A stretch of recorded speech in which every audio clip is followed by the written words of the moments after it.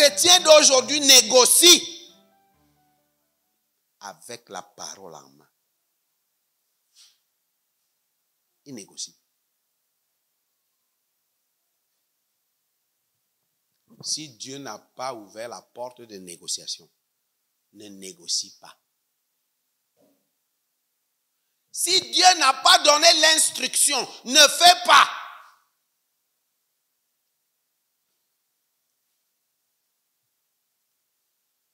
Venez vous deux. Allez. Vous allez trouver telle chose. Je vous décris comment ça sera présenté.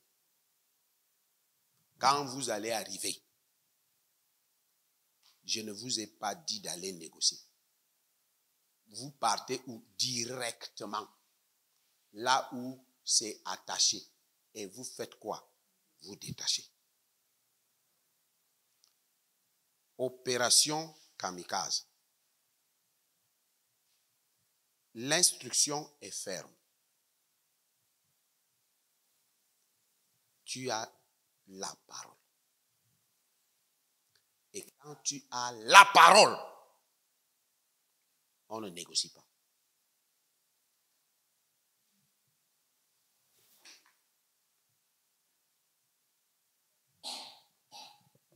Les gens passent beaucoup de temps à négocier avec une situation quelconque, alors qu'ils viennent de finir de lire la parole. Imaginez-vous que Pierre et que les deux disciples, on ne nous a pas donné leur nom. Ils arrivent dans le village. Ils partent s'asseoir d'abord à l'hangar qui est au milieu du village. Bonjour. Comment ça va ici? Ça va. Le propriétaire de l'annon là, de la NES là, avec l'annon, il est là. Mais pourquoi vous voulez acheter? Non. Le Seigneur nous a envoyé le voir. Est-ce que Jésus vous a envoyé le voir? Est-ce que vous savez que nous faisons ça?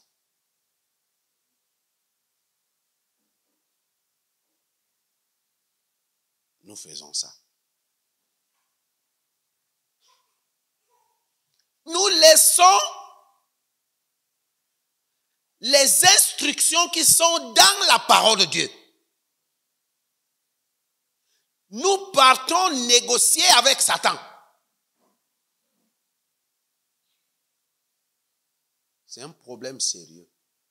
Et dès que tu commences à négocier avec Satan, l'échec arrive. Les frustrations commencent. La défaite est déjà ton partage. Ça ne veut pas dire qu'il n'y a pas la lumière.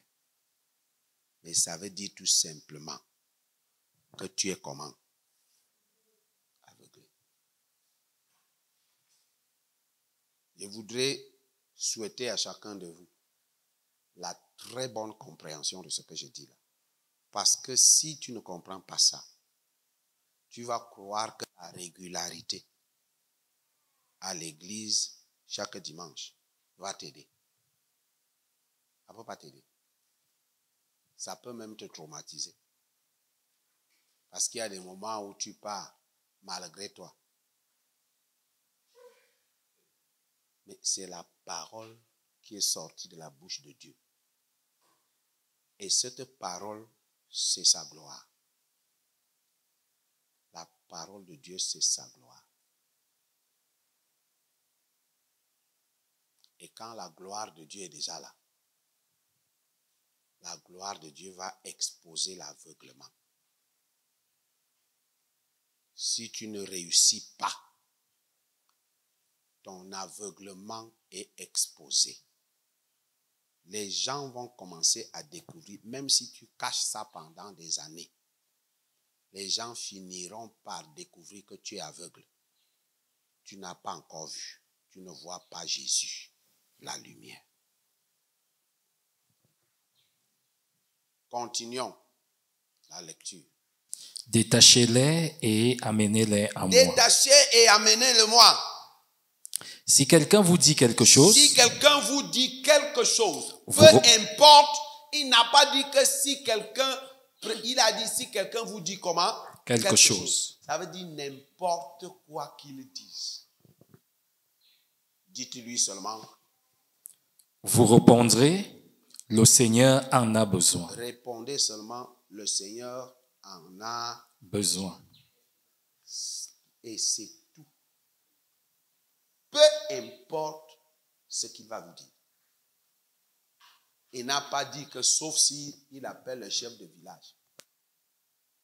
Il n'a pas dit que sauf si il vous menace avec la machette. Il a dit s'il vous dit quelque chose. Il dit que si quelqu'un vous dit quelque chose, ça peut être quoi? Ça peut être la malédiction. Vous voleur là, je te maudis. Je te maudis, tu ne vas jamais accoucher. Tu ne vas jamais te marier. Tu ne vas jamais faire ça parce que tu m'as fait ça. Tu m'as fait ça. Tu m'as fait ça. Mais si tu es déjà détaché, si le Saint-Esprit t'a détaché, ne te tourne pas pour aller bagarrer. Dis seulement une chose. Qu'est-ce que tu dois dire?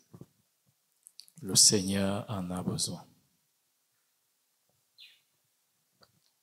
On trouve que c'est très peu. Hein? C'est trop simple. Il y a un piège dedans. Hein? C'est trop simple. C'est trop simple. Il y a un piège dedans. Dis seulement, le Seigneur en a besoin. Est-ce que vous savez que beaucoup de gens ont déjà bloqué leur propre situation parce qu'ils ont voulu ajouter. Parce qu'ils ont voulu ajouter des choses. Non, le Seigneur en a besoin. On t'a dit que le Seigneur en a besoin. Pourquoi tu viens encore parler? Tu n'as pas compris ça. Est-ce qu'on t'a dit d'aller ajouter un autre mot?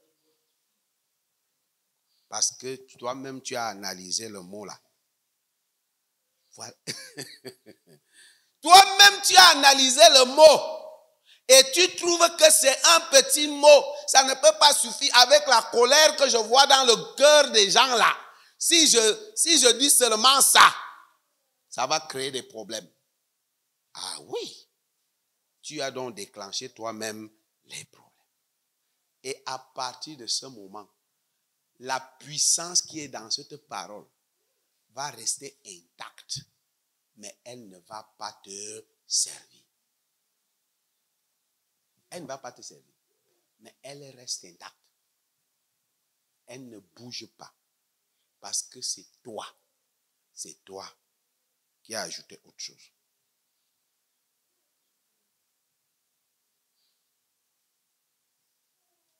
Il te dit seulement, le Seigneur en a besoin. Quand on te dit que par les meurtrissures de Christ, nous sommes guéris, dis seulement ça. Ah, Seigneur. Mais est-ce que tu as prié? Mais j'ai déjà prié. J'ai déjà prié fatigué. Vraiment, la douleur là ne part pas. Mais est-ce que tu ne crois pas que par les meurtrissures de Christ, il faut m'amener à l'hôpital. Il faut qu'on t'amène où? À l'hôpital. Mais on va t'amener. Ce n'est même pas un péché. Mais fais attention avec ton hôpital.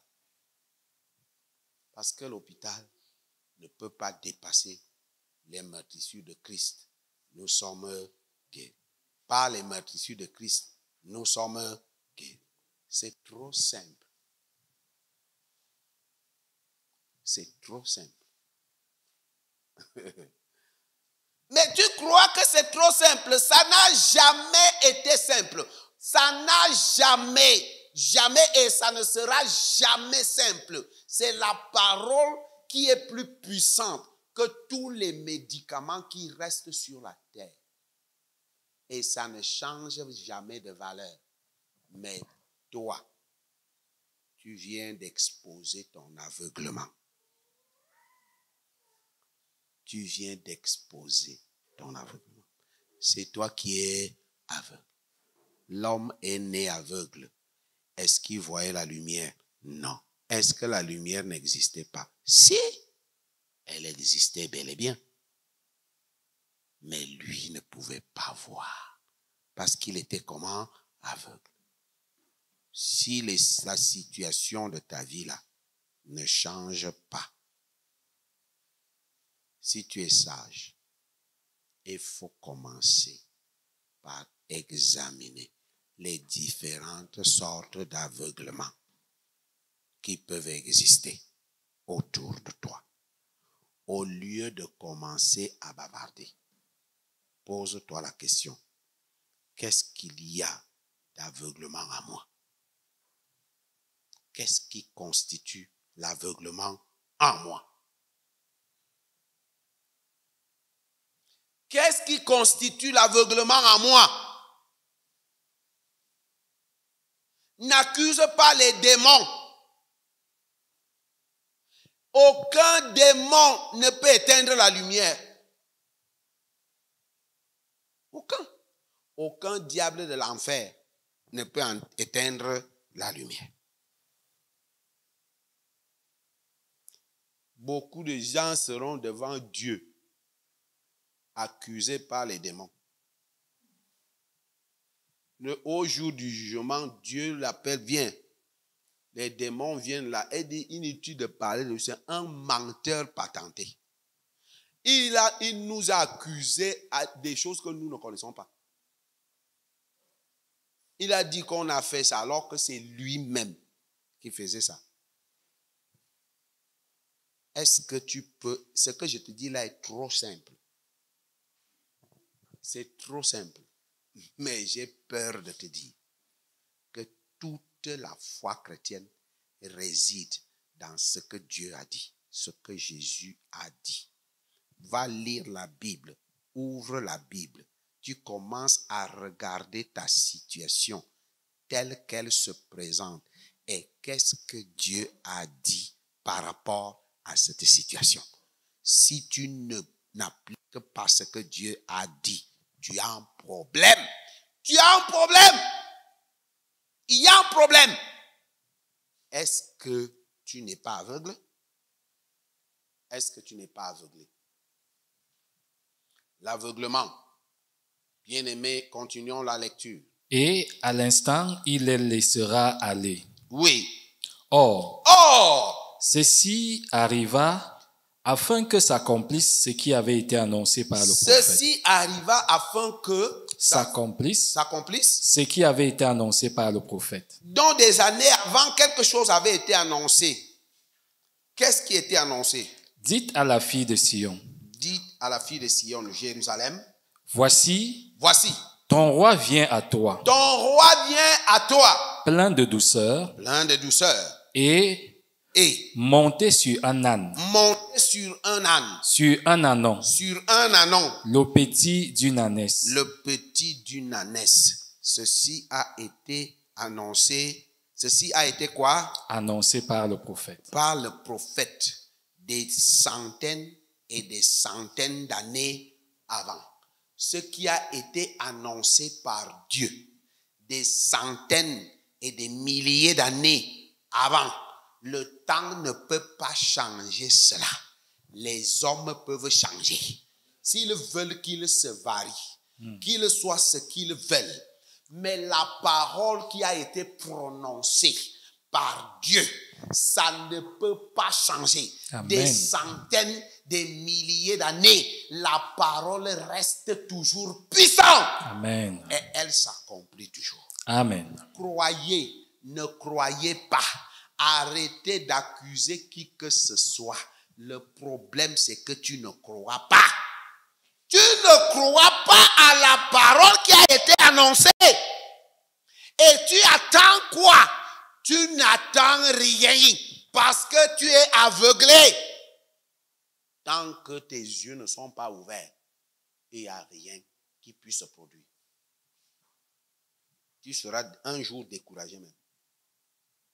Tu seras même un jour tellement déçu. Ça a été annoncé que Jésus-Christ arrivera. Tous ceux qui lisaient les Écritures, les parchemins, étaient au courant de ça.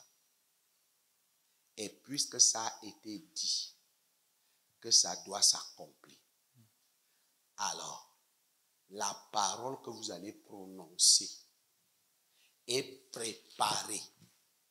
Cette parole est préparée dans le ciel depuis des centaines d'années. Dieu dit, il n'est pas bon que l'homme soit seul. Depuis des centaines d'années, des milliers d'années,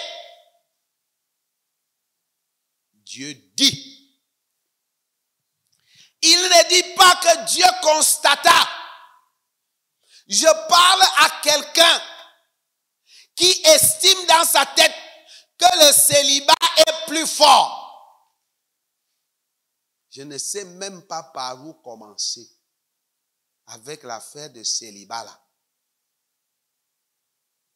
Je jeûne, je prie, tu jeûnes pourquoi? Pourquoi tu jeûnes, tu pries? Tu es aveuglé. Cette parole a été dite. Si tu regardes clairement, il n'est pas écrit et Dieu constata qu'il n'était pas bon. Non, on dit et Dieu dit. De la même manière qu'il a dit que la lumière soit et la lumière fut. De cette même manière, il dit, il n'est pas bon que l'homme soit seul. Alors, il ne sera jamais bon. Il n'est pas bon.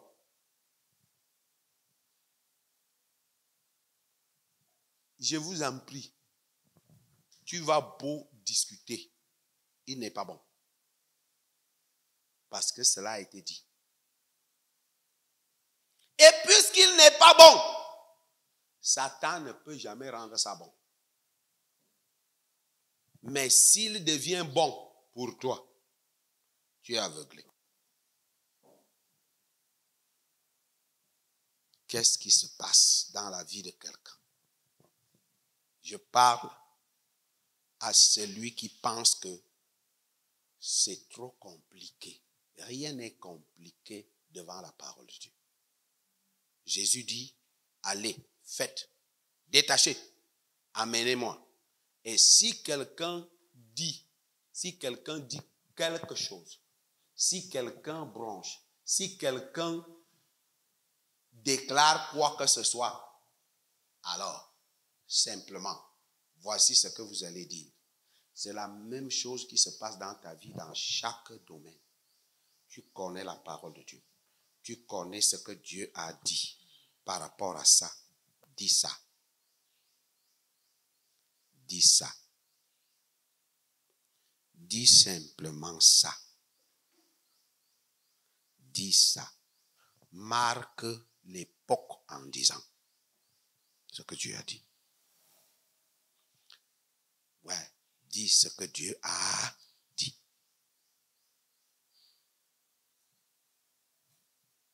Est-ce qu'ils ont dit ce que Jésus a dit? Ils ont dit ça? Oui. Continuons donc. Les disciples allèrent et firent ce que Jésus leur avait ordonné. Ils ont fait ce que Jésus leur avait ordonné. Ils amenèrent l'ânesse et l'ânon. Ils amenèrent l'ânesse et l'ânon. Mirent sur eux leurs vêtements et le firent asseoir dessus. Et le fit asseoir dessus. Et ce qui va se passer est ce qui a été comment annoncé depuis. le roi va rendre visite à la fille de Sion, qui s'appelle Jérusalem. Il va rendre visite à Israël, à la fille de Sion. Il va rendre visite. Le roi va entrer. Qu'est-ce qui va se passer? La plupart des gens de la foule étendirent leurs vêtements sur le chemin. Oui. D'autres coupèrent des branches d'arbres et enjonchèrent la route. Oui. Ceux qui précédaient et ceux qui suivaient Jésus criaient, Oui. Hosanna au fils de David. Hosanna au fils de David. Béni soit celui qui vient au nom du Seigneur. Béni soit celui qui vient au nom du Seigneur. Hosanna dans les lieux très hauts. Dans les lieux très hauts. Lorsqu'il entra dans Jérusalem, toute la ville fut émue. Toute la ville fut émue. Et l'on disait, Et l'on disait, qui est celui-ci? qui est celui-ci? La foule répondait, La foule répondait, c'est Jésus, c'est Jésus, le prophète le prophète de Nazareth, de Nazareth. En Galilée. Au cas où vous ne le connaissez pas, Jésus entra dans le temple de Dieu. Jésus entra dans le temple de Dieu.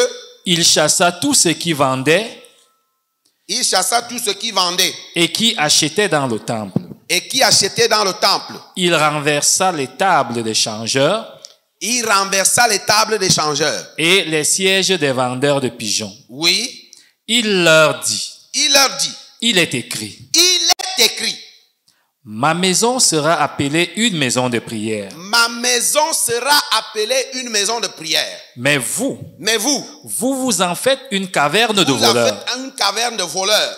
Des aveugles et des boiteux s'approchèrent de lui Oui, dans le temple dans le temple. et il les guérit. Mhm. Mais les principaux sacrificateurs Il y a un groupe de personnes qui va venir. et les scribes furent indignés. Il fut comment? Indignés. Il fut, attendez, allons-y doucement. On dit qu'il y a un groupe de personnes qui vont être quoi? Qui seront indignés. Ils seront indignés. Qu'est-ce que ça veut dire? Mal à l'aise, gênés, choqués, blessés. Ils seront indignés. Je vais vous montrer quelque chose dans ce texte. Ces hommes ne sont pas indignés parce que Jésus les a giflés. Ils ne sont pas indignés parce que Jésus a insulté quelqu'un. Je vais vous montrer un contraste qui doit attirer l'attention de ton cœur aujourd'hui. Est-ce que vous croyez qu'il suffit que quelqu'un décide d'être chrétien? Pourquoi nous nous trompons? Pourquoi nous nous trompons et nous ne faisons pas très attention à ce que nous disons, à ce que nous faisons? Ils sont indignés, curieusement, des choses qui sont comment? À la vue des choses merveilleuses qu'il avait faites. Ils sont indignés à la vue des choses Merveilleuses qu'il avait faites. merveilleuses. Les hommes, ils sont indignés, ils sont choqués, ils sont blessés, ils sont mal à l'aise. Je dirais qu'ils sont même traumatisés. Ils sont frustrés. Par quoi?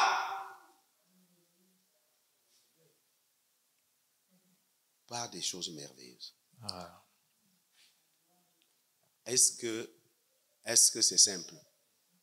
Non, répondons simple. Est-ce que l'affaire là est simple? Si c'était les Camerounais, un Camerounais allait vous leur poser la question, est-ce que vous êtes simple? Est-ce que ces gens honnêtement sont simples? Pendant que les choses merveilleuses sont en train de se passer, la foule crie Hosanna. la foule est tellement émerveillée. On dit que quand Jésus est entré dans la ville, le boucan a commencé dans la ville. Le mouvement a commencé. Les uns posent des questions. Les autres répondent. La situation est comme ça.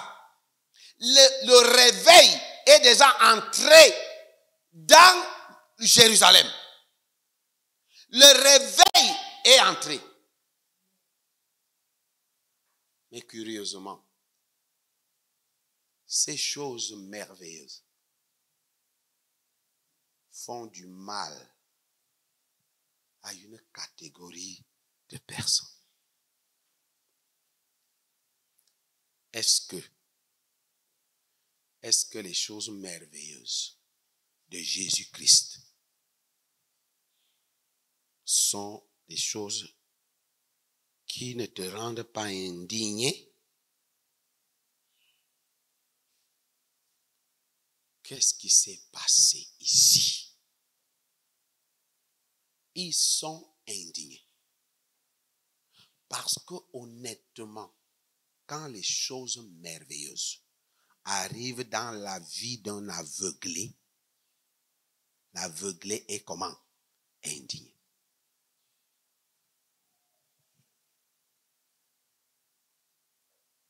Fais attention avec l'attitude que tu as. Parce que beaucoup de fois, certaines personnes pensent qu'ils vont inventer la roue. Il y a des gens qui pensent qu'ils vont inventer la roue. Ce que tu vois aujourd'hui, c'est des merveilles que Dieu a établies avant la fondation du monde. Alors, ce que tu as besoin de faire, c'est d'entrer dans ces merveilles. Elles ne doivent pas plutôt devenir pour toi une occasion de chute. L'aveuglement. Un homme aveuglé ne voit pas la gloire. Il ne reconnaît même pas la gloire. Il ne peut pas voir la manifestation de la gloire.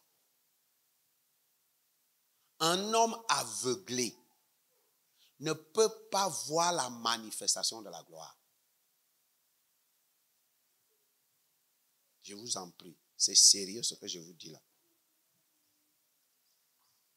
Vous allez constater que c'est monnaie courante. Et c'est pourquoi justement il y a beaucoup de religions. C'est pourquoi il y a beaucoup d'églises. C'est pourquoi il y a beaucoup de dénominations. C'est ça le problème. Parce que quelquefois, nous ne pouvons pas apprécier. Il n'est pas donné à tout le monde d'apprécier la gloire de Dieu. C'est un don de pouvoir, de savoir apprécier la gloire de Dieu.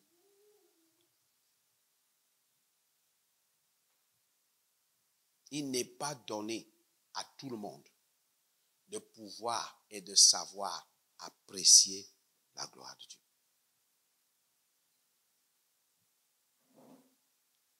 Il peut arriver que quand tu parles à quelqu'un, il n'a peut-être pas encore l'âge d'écouter les merveilles. Si toi tu viens faire le boucan, pourquoi tu n'entends pas? Pourquoi tu n'écoutes pas? Quand on te parle, pourquoi tu n'écoutes pas? Mon ami, est-ce qu'il t'a dit? Est-ce que tu t'es rendu compte qu'il est encore aveuglé?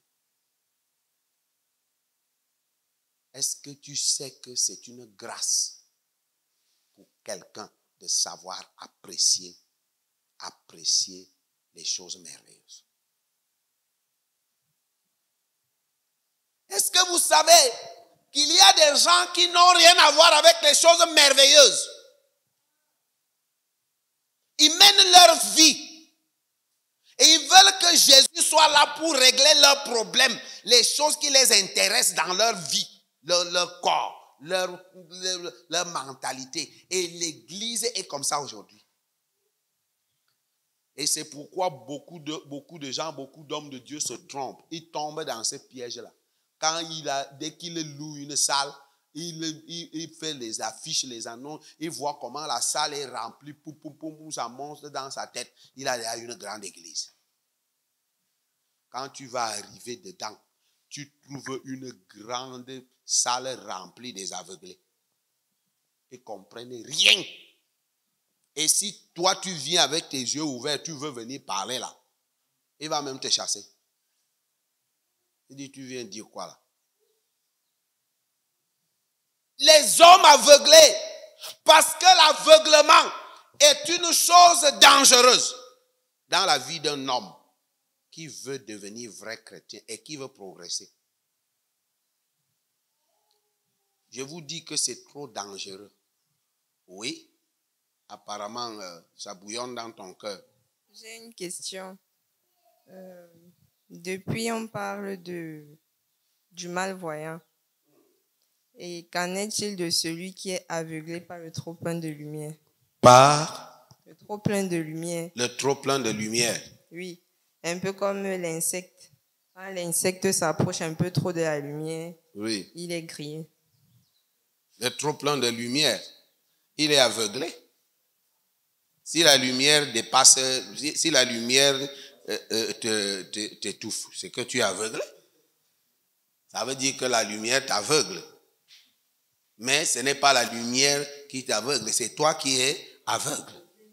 Tu as un problème. Le problème, c'est toi. Parce que la lumière reste quoi? La lumière. La lumière reste lumière. Tu ne peux pas enlever la lumière et faire de ça autre chose. Le problème, c'est que l'homme qui est né aveugle doit premièrement être conscient qu'il est aveugle. Et c'est pourquoi Jésus va dire un jour aux Juifs que si vous dites que vous voyez, votre péché fait comment? Subsiste. Parce que si vous ne voyez pas, vous n'aurez pas de péché. Je suis en train de te dire que quand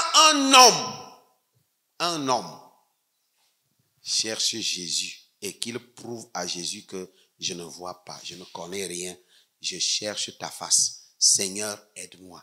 Cet homme n'a pas de péché, quel que soit le péché qu'il a commis.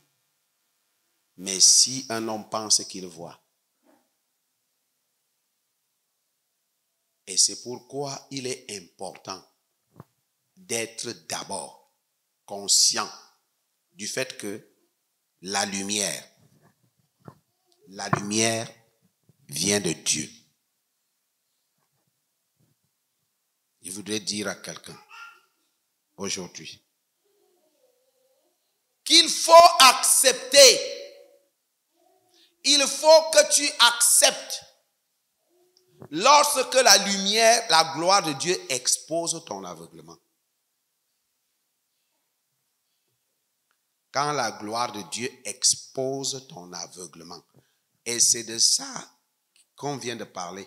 Parce qu'elle a juste utilisé la lumière qui éblouit. La lumière n'éblouit pas. La lumière, c'est la gloire de Dieu. Et ça expose quoi? L'aveuglement des mouches et des insectes. La gloire de Dieu expose l'aveuglement des gens. À chaque fois. Et ce que je vous dis là est le problème de l'Église aujourd'hui. Pourquoi trouve-t-on à l'Église des gens qui ne veulent pas devenir des vrais chrétiens? Nous avons parlé de la piété le dimanche passé. Est-ce que vous savez que quand tu cherches aujourd'hui un seul chrétien, tu cherches un chrétien qui vit dans la piété, tu vas le chercher fatigué. Tu vas le chercher fatigué. Pourquoi? Parce que la vie de piété est la gloire de Dieu, la manifestation de la gloire dans la vie d'un homme. Et je vous ai démontré que lorsqu'un homme qui réussit à entrer dans la gloire de Dieu, le mystère est doublé. Ça veut dire qu'en même temps, il reste un homme dans l'humanité et il est aussi en même temps dans la divinité. C'est ce que Jésus était sur la terre. Jésus était le seul homme au moment où il était sur la terre. Il était l'homme qui était en même temps dans la divinité, en même temps dans le naturel, dans l'humanité. Et c'est pourquoi il dit, je m'en vais au Père. Et quand je vais au Père, ce que vous allez devenir, et c'est exactement ce que je suis. Il dit, vous ferez des œuvres plus grandes même que moi je fais. Pourquoi? Parce que je m'en vais au Père. Et je vous le dis depuis le jour de la Pentecôte. Depuis le jour de la Pentecôte, le plan de Dieu, c'est que tous les hommes, tous ceux qui se disent chrétiens, ressemblent à Jésus.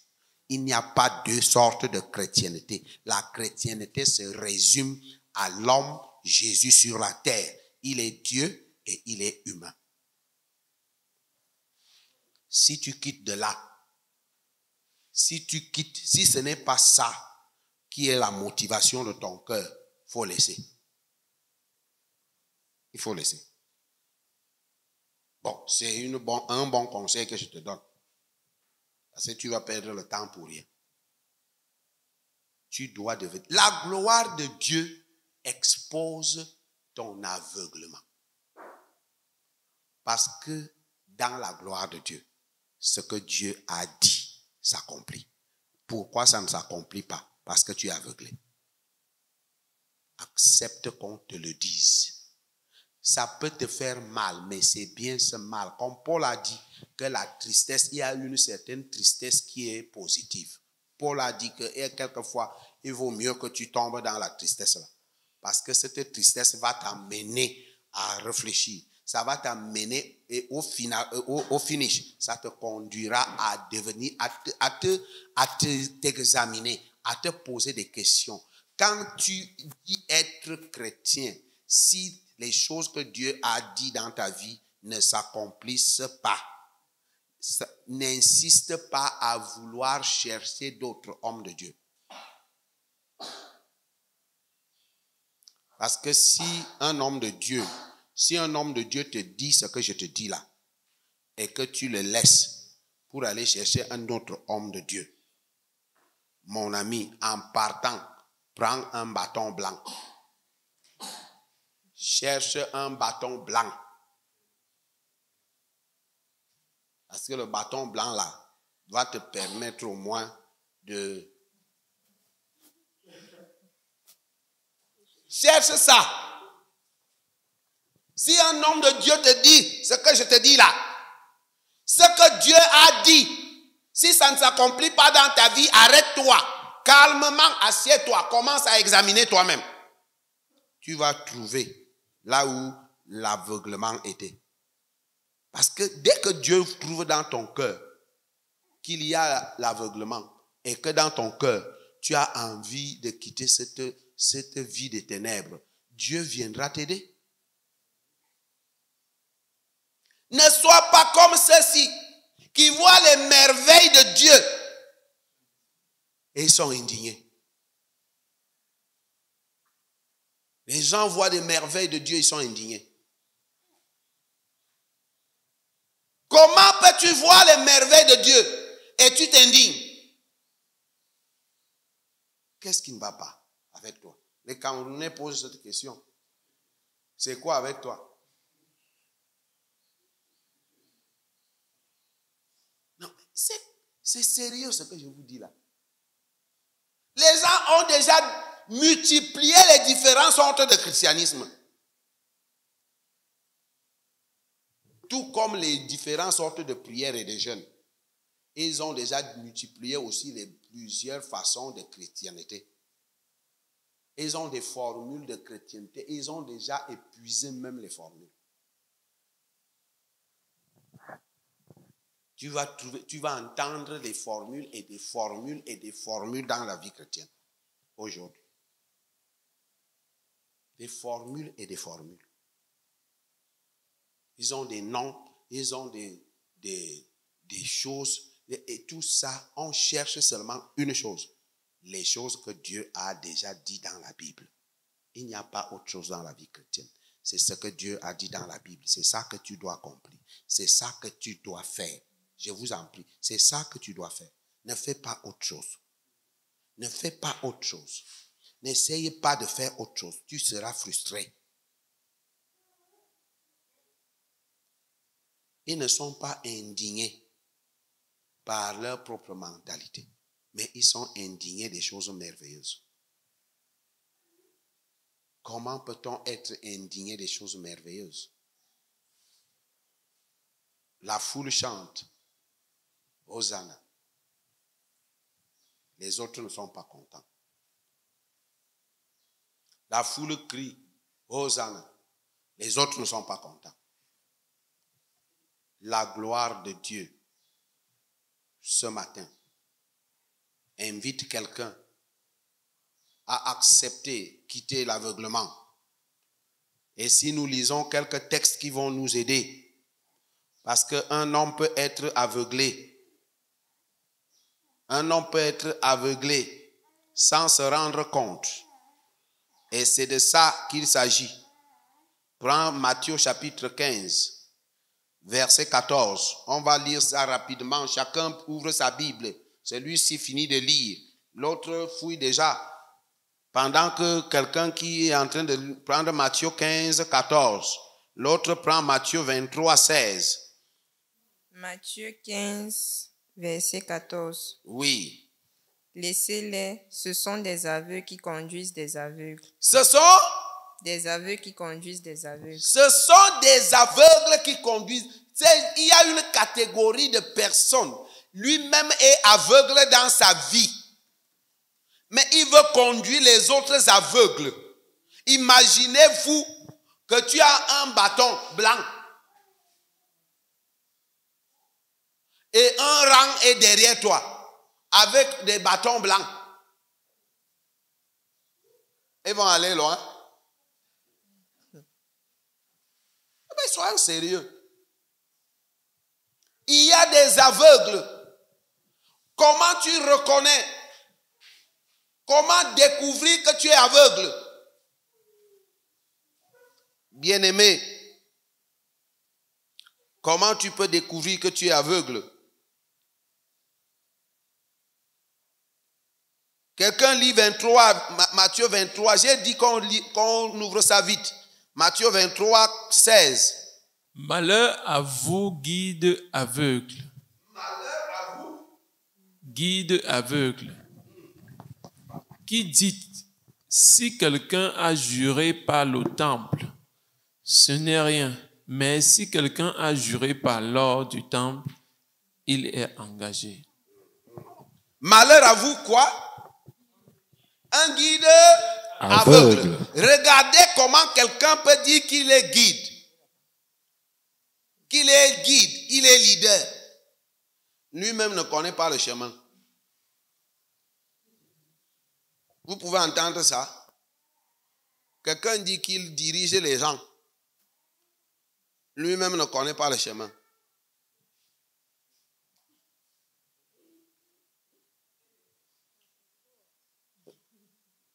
Il a fait fort, hein? Il ne connaît pas le chemin, mais il va diriger. Écoutez, l'aveuglement dont on vous parle là, c'est quelque chose de bizarre. Hein? La vie chrétienne aujourd'hui est remplie comme ça des aveugles. Et tout le monde veut être dirigeant, leader. Il veut prêcher. Conducteur. Un aveugle prend la voiture pour vous monter, on va. Il y a un autre aveugle qui viendra lui dire descends. Même s'il ne sait pas là où il y a la portière, il va tâtonner et dire descends. Tu es un tueur. Tu amènes les gens où?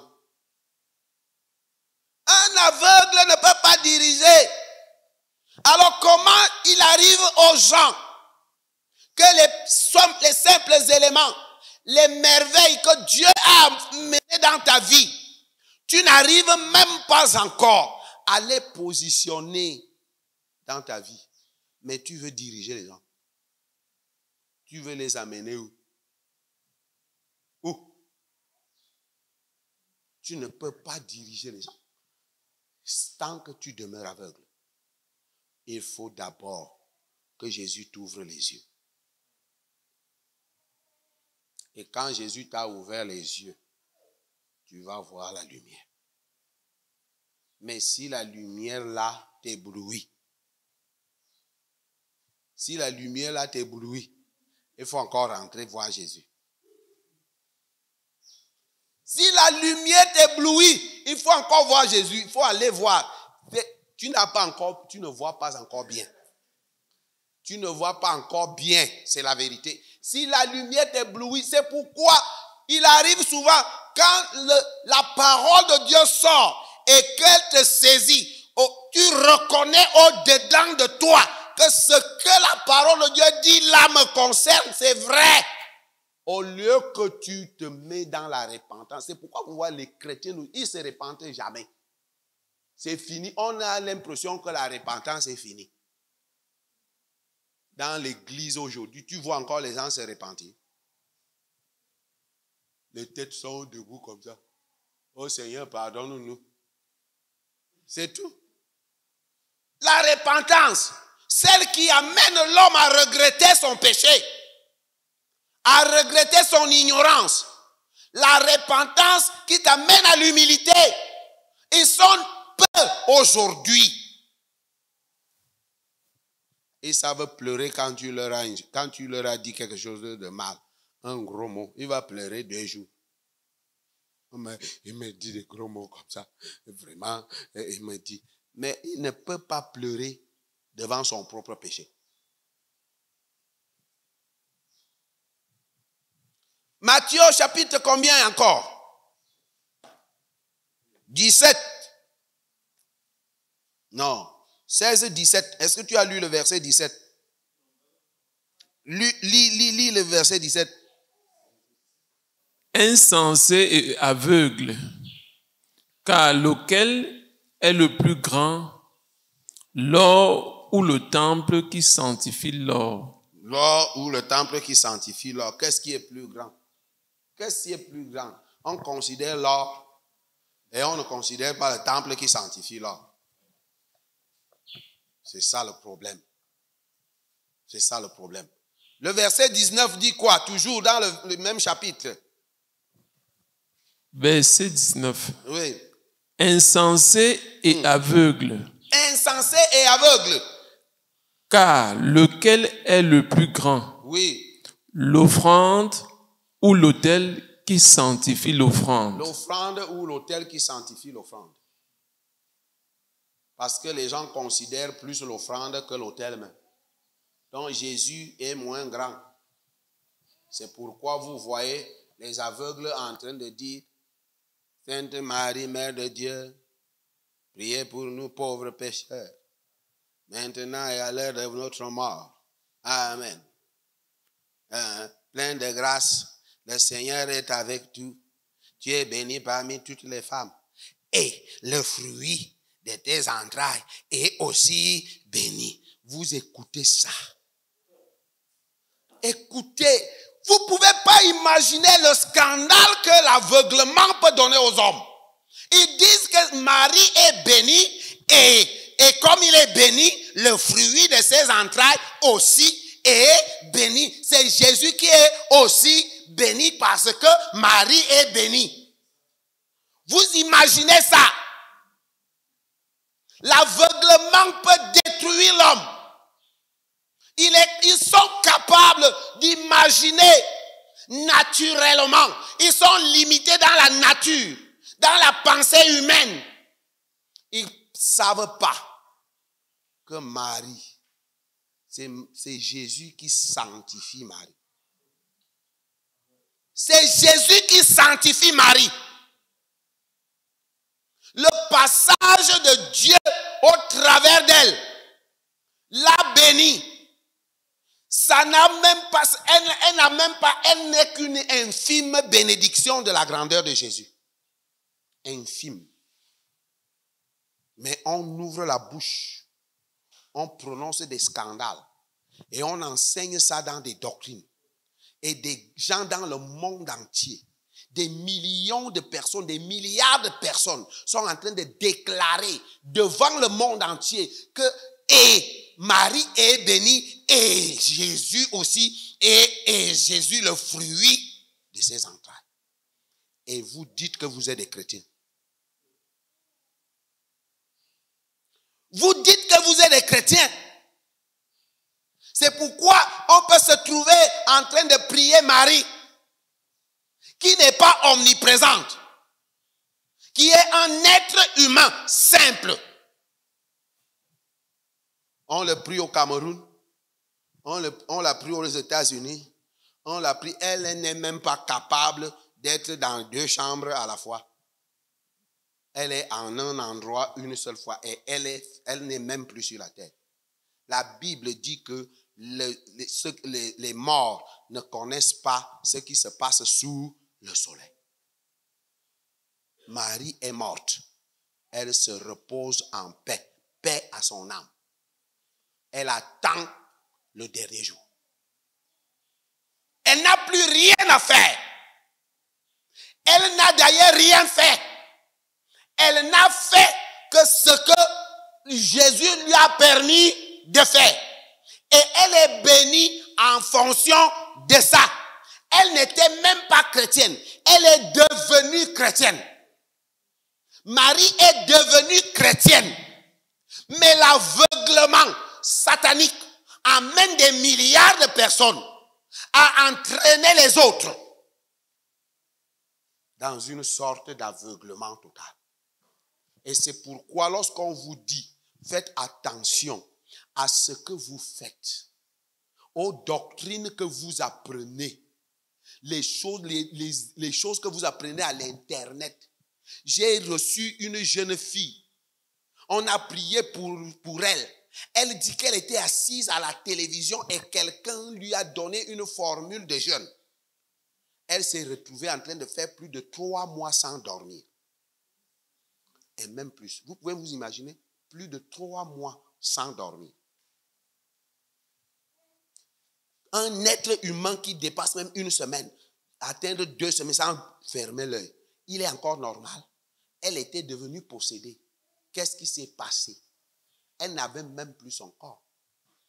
Je me souviens la dernière fois que moi je l'ai vue, elle était en train de me dire de prier pour que Dieu la prenne. Elle ne veut plus vivre. Les choses que vous apprenez dans le monde, vous apprenez, vous partez à l'Internet, vous prenez des encyclopédies, vous prenez des livres, vous lisez, vous faites toutes ces choses. Vous croyez trouver la vérité dans ça? Il n'y a aucune vérité dans ce monde. Jésus a déjà tout dit. Si tu ne prends pas ce qui sort de la bouche de Jésus, tu es en train de t'enfoncer dans l'aveuglement. Et tu vas être incontrôlable. Parce que tu crois connaître quelque chose. Mais le témoignage, c'est-à-dire comment est-ce que ton aveuglement sera exposé, c'est lorsque les petits détails des choses de ta vie là, tu es dedans, tu tombes comme une mouche. Tu ne peux pas te relever. Pourquoi? Parce que quand ça t'attrape, tu n'as rien à dire, puisque tu trouves que la parole de Dieu est petite. Jésus dit, allez détacher et ramener le monde. Au cas où quelqu'un va dire quelque chose, voici ce que vous aurez à dire. Au cas où ta vie va avoir un problème, voici ce que tu vas dire. Il y a certains péchés que tu as commis et que tu les as commis par ignorance, mais qui peuvent avoir des conséquences dans ta vie jusqu'à aujourd'hui. Toi-même, tu dois revenir en arrière. Tu dis, Seigneur, tu sais que dès tel départ, je me suis embourbé à ce niveau-là. Alors, Seigneur, il faudrait que, comme je suis déjà entré, tu rappelles maintenant au Seigneur que, comme je suis déjà entré dans la grâce, mais je suis entré dans la grâce avec beaucoup de conséquences. Je vais vous prendre quelques exemples. Il y a certaines filles qui ont avorté dans leur vie. Ils ont passé beaucoup de temps à avorter. Et quand ils deviennent chrétiennes, ils ne se souviennent même plus de ça. Ah, Jésus lui-même a déjà sauvé. Mais mon ami, non. Il faut que tu confesses. Il faut que tu te purifies de ces péchés. Encore que Dieu ne va pas te condamner. Mais il faut que toi-même tu te libères. Tu as déjà la grâce devant toi. Humilie-toi. Demande pardon. Parle, proclame. Donne même les noms à ses enfants. Donne-leur les noms. Et confesse. Donne-leur des noms. J'ai avorté tel. J'ai avorté tel. J'ai avorté tel. J'ai avorté tel. Oui. Donnez le nom. La vie chrétienne n'est pas une aventure. La vie chrétienne, c'est un mystère. Quand tu y entres, la lumière que tu vas trouver là, soit ça va t'aveugler, ou alors ça va exposer tout simplement ton aveuglement. Je vous en prie, prenez au très grand sérieux ce qu'on vous dit là. On ne vous dit pas que vous devez aller dans les péchés du passé, aller encore vraiment vous culpabiliser. Vraiment, non, ce n'est pas ça. Ce n'est pas aller se culpabiliser. C'est aller exposer ses péchés. Les citer devant Dieu. Telle situation, je t'expose devant Dieu. Parce que moi, je suis déjà enfant de la lumière. Je suis déjà fils de la lumière. Je ne peux plus te caresser, c'est fini. Alors tu ne restes plus en moi. Tu ne demeures plus en moi. Et quand tu regardes ta vie, tu vois comment beaucoup de choses sont en train d'être soit bloquées, soit détournées. Vous comprenez? Et les gens sont en train de caresser tout ça. Les gens sont en train de caresser tout ça. Est-ce que tu sais que quand tu as ton mari et qu'une femme étrangère vient coucher ton mari, tu regardes seulement ton mari, il est infidèle. Toi-même, le travail commence chez toi. Parce qu'il y a la promesse de Dieu dedans. Une femme infidèle, une femme étrangère ne peut pas coucher avec ton mari. Si tu es une femme, si tu es déjà une femme dans la lumière, la femme étrangère ne couchera jamais avec ton mari. Arrêtons de nous amuser. Ce n'est pas une aventure. Et c'est pourquoi vous voyez la repentance est déjà finie. On ne trouve plus de chrétiens qui se répandent. Mais les conséquences qu'ils sont en train de porter là, ils pleurent chaque jour. Vous voulez quoi? Jésus vous dit, voici l'entrée de la lumière. Tu es un homme. Un étranger ne doit pas coucher avec ta femme. Si un étranger couche avec ta femme, il faut te regarder toi-même. Abraham lui-même a fait comme il a pris. Il a même donné. Il a donné à Pharaon. Prends. Laisse ma vie sauve. Je veux garder ma vie sauve. Pharaon a pris. Pharaon. Va alors toucher, on voit. Que Pharaon touche, alors on voit. Vous parlez de quel Dieu? Vous parlez de quel Jésus? Le Jésus de la Bible ou bien le Jésus de l'Église? S'il y a le Jésus de l'Église que vous adulez, que vous suivez maintenant, mais le Jésus de la Bible vous énerve avec ses merveilles. Il vous indigne avec ses merveilles parce qu'il est trop dur. Mais le Jésus de l'Église, vous l'aimez parce qu'il vous donne des promesses qu'il ne va jamais accomplir. Au moins, il nous promet.